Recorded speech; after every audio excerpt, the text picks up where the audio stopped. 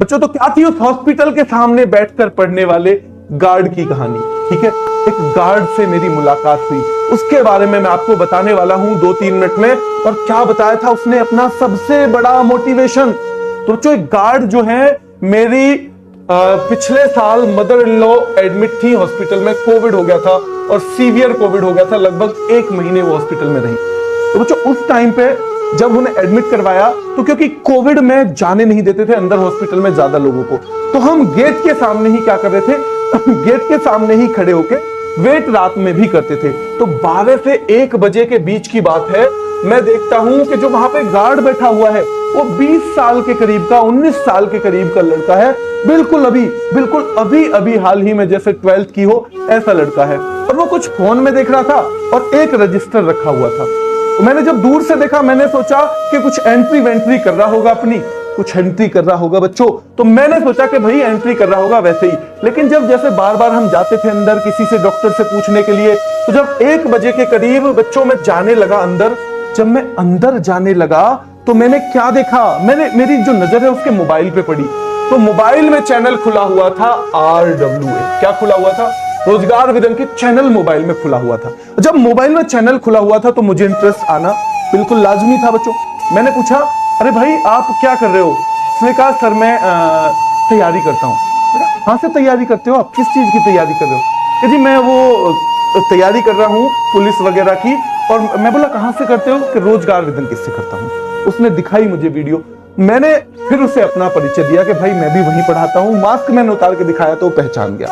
मैंने कहा यार मुझे तो इतने सारे मच्छर लग रहे हैं, परेशान है, गर्मी का टाइम है, गर्मी भी लग रही है हॉस्पिटल के बाहर खड़े होके, तुम इस टाइम में नौकरी भी कर रहे हो, पढ़ाई भी कर रहे हो, नोट्स भी बना रहे हो। और मैंने कहा अगर तुम्हें पढ़ाई करनी है तो पूरा हॉस्पिटल जो है ना, पूरा हॉस्पिटल AC है, ये पूरे 12-14 फ्लोर जो बने हुए हैं सारा AC है, कहीं वैसी जगह ड्यूटी लगवाओ।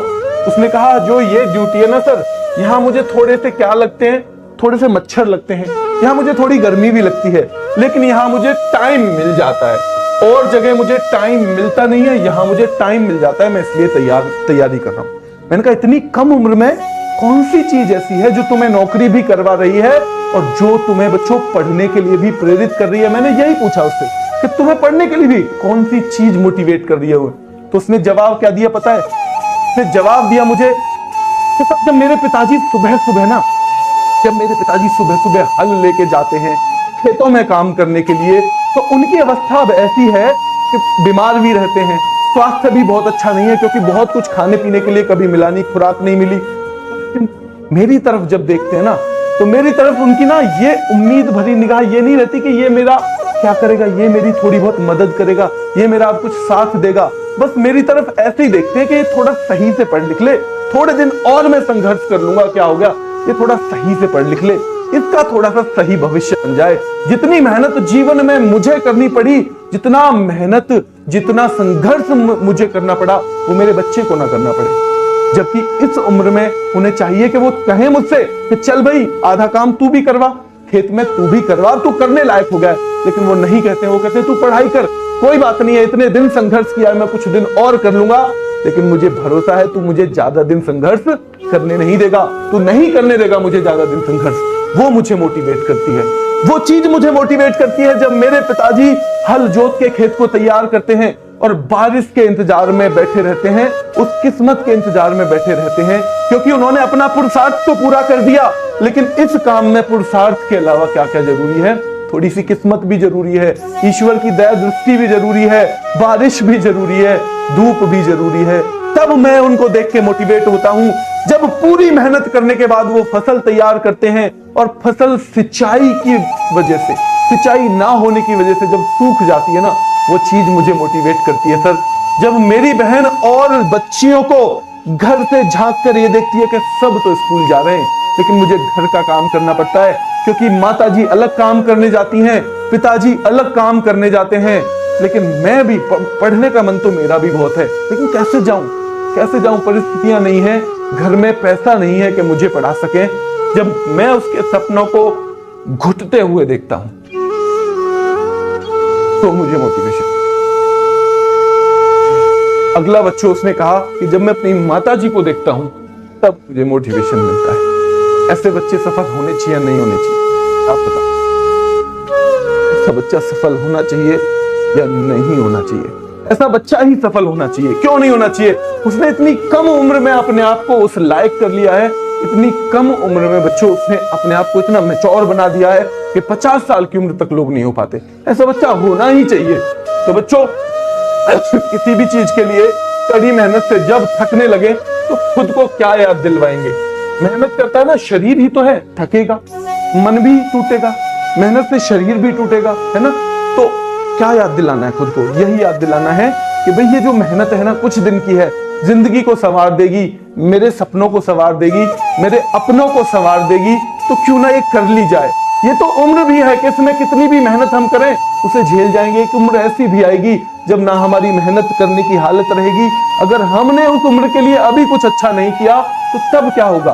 तब क्या होगा बच्चों? ये सारी चीजें भी आपको याद रखनी है, ठीक है? तो खुद को याद दिलाना है कि लहरों से डरकर नौका पार नहीं होती और कोशिश करने वालों की हार नहीं होती। लहरों से डरकर पहले ही देख के ही क्या कर लिया बच्चों? समुद्र में उतरने से पहले देखी लहरें ऊंची हैं तो मंजिल तक कैसे पहुंचोगे? क्योंकि पहले ही डर तो बैठा लिया ना मन में। तो लहरों से डरकर नौका पार नहीं होती, कोशिश करने वालों की हार नहीं होती। नन्ही चींटी जब दाना लेकर चलती है, चढ़ती दीवारों पर 100 बार फिसलती है। नन्ही चींटी जब दाना लेकर चलती है, चढ़ती दीवारों पर 100 बार फिसलती है। मन का विश्वास रगों में साहस भरता है, मन का विश्वास रगों में साहस भरता है।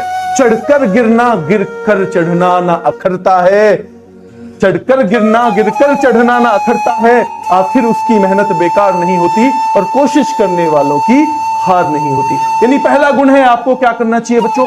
कोशिश करनी है। अगर हारते हैं तो भी कोशिश करनी है, लगातार कोशिश करनी है। डुबकियां सिंधु में गोताखोर लगाता है, डुबकियां सिंधु में गोताखोर लगाता है, जा जाकर खाली हाथ लौट आता है। आपको पता है जो मोतियां मिलते हैं गहरे समुद्र में मिलते हैं, मोती गहरे समुद्र में तो क्या एक बार में ही मिल जाते हैं? फिर तो सब गोताखोर बन जाएं, सब मोती लेके आ जाएं। लेकिन जो जाएगा बार बार, डुबकियां सिंधु में गोताखोर लगाता है, जा जाकर खाली हाथ लौट आता है। मिलते न सहज ही मोती गहरे पानी में, मिलते न सहज माने आसानी से नहीं मिलते, मिलते न सहज ही मोती गहरे पानी में, और बढ़ता दुगना उत्साह इसी हैरानी में। आखिर मुट्ठी उसकी खाली हर बार नहीं होती, मुट्ठी उसकी खाली हर बार नहीं होती, कोशिश करने वालों की हार नहीं होती। यानी चींटी भी अपना लक्ष्य पा लेती है, लेकिन मेहनत बार बार करनी है, असफलताओं को पीछे हटाना है, सफलता की तरफ नजरें गड़ानी है। गोताखोर का भी उदाहरण आपने देखा, तो फिर क्या करना है? जब सफल हो तब तो सब गाजे बाजे लेकर आ जाएंगे, जब असफल हो आप तब आपको बच्चों खुद को विश्वास भी किसे दिलाना पड़ेगा? खुद को विश्वास भी खुद ही दिलाना पड़ेगा, कोई और आएगा ही नहीं। विश्वास दिलाने के लिए कोई और आएगा ही नहीं बच्चों। तो असफलता एक चुनौती है, स्वीकार करो। असफलता एक चुनौती है, स्वीकार करो। क्या कमी रह गई देखो और सुधार करो। जब तक न सफल हो नींद चैन को त्यागो तुम, जब तक न सफल हो नींद चैन को त्यागो तुम। संघर्षों का मैदान छोड़ मत भागो तुम, कि कुछ किए बिना ही जय जयकार नहीं होती, कोशिश करने वालों की हार नहीं होती। जितने लोग देखे हैं जिनकी आज किताबों में जिनके बारे में तुम पढ़ते हो, जिनसे मोटिवेशन लेते हो, जिनसे हम मोटिवेशन लेते हैं, वो सब क्या उन्होंने आसानी से सफलता पाई? एक भी आदमी ऐसा नहीं मिलेगा जिसने आसानी से सफलता पाई और उससे कोई मोटिवेट होता हो। क्या आप मुकेश अंबानी के बेटे से होते हैं मोटिवेट? कभी आप सचिन तेंदुलकर से होते हैं, आप धीरू भाई अंबानी से भी होते हैं, क्योंकि एक आदमी नीचे से चल के वहां तक गया।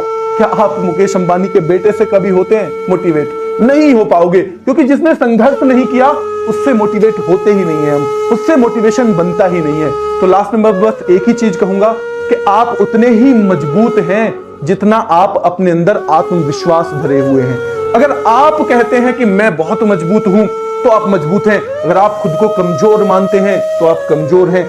आपका खुद का क्या राय है अपने बारे में, ये ज्यादा मायने रखता है बिना या ना कि किसी दूसरे का, यानी दूसरे किसी का राय उतना मायना नहीं रखता है। ठीक है, चलो अंत में वही दो पंक्तियां जो हमारी रहती हैं कि दुख आएंगे, समस्याएं आएंगी, विपरीत परिस्थितियां आएंगी, लेकिन उनसे पार पानी है और आगे बढ़ते जाना है। कि दुख से ना घबराना पंछी, दुख से ना घबराना पंछी, ये जग दुख का मेला है।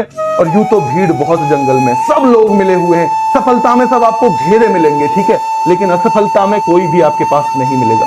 कि दुख से ना घबराना पंछी, ये जग दुख का मेला है, और यूं तो भीड़ बहुत जंगल में, उड़ना तुझे अकेला है। आज के लिए इतना ही, धन्यवाद।